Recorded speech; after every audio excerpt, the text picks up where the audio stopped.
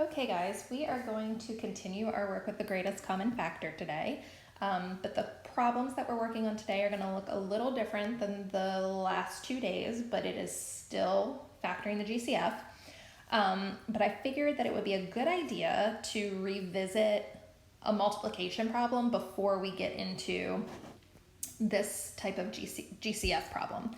So let's start by looking at the binomial times binomial, 2x minus 1 times x plus 4. Okay, so I'm going to rewrite that here.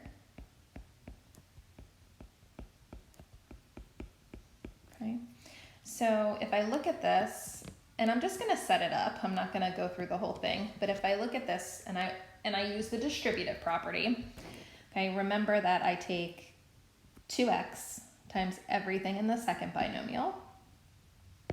So I have 2x times x plus 4. And then I take the minus 1 times everything in the second binomial, because remember when we distribute, we're doing everything in the first binomial times everything in the second binomial. Okay.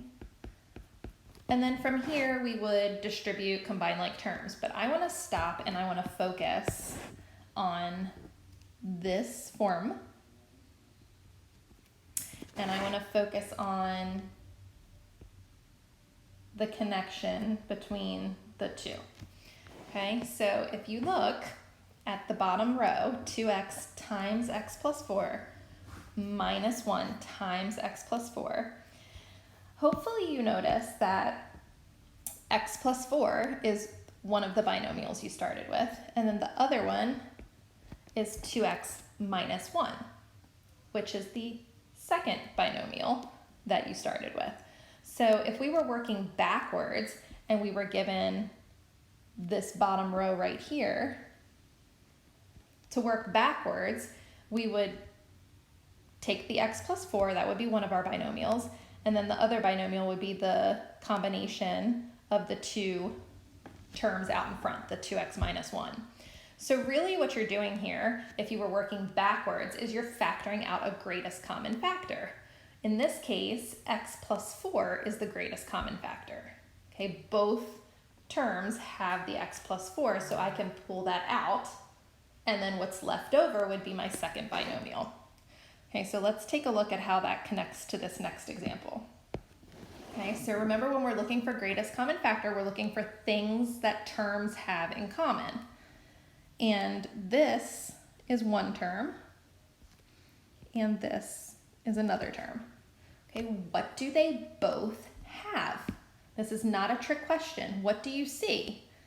Hopefully you see that they both have x plus 1. Because they both have x plus 1, that is a common factor. So we can bring that out as a common factor. Okay, once I take that out, once that's gone, let me see if I can switch my color here. Once that's gone, whatever is left over is what's left over. It's your second binomial. So what's left over is the 3x plus 2, and that is your second binomial. Okay, so something very complicated looking. The factoring of it really isn't that difficult. Okay, so, and this is something we're going to be using next week, this type of factoring, this GCF. Okay, so let's look at the next one. So again, I have two terms. This is one term. This is the second term. What do they both have in common? They both have 2x, oops, that's not what I wanted the highlighter. They both have 2x minus 1.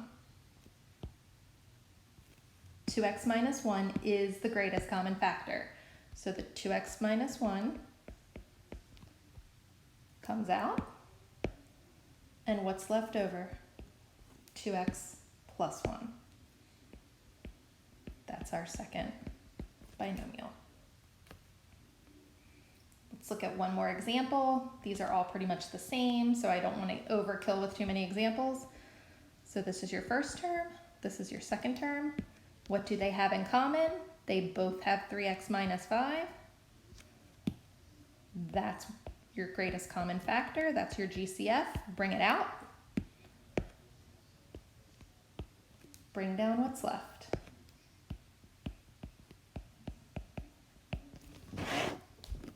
And your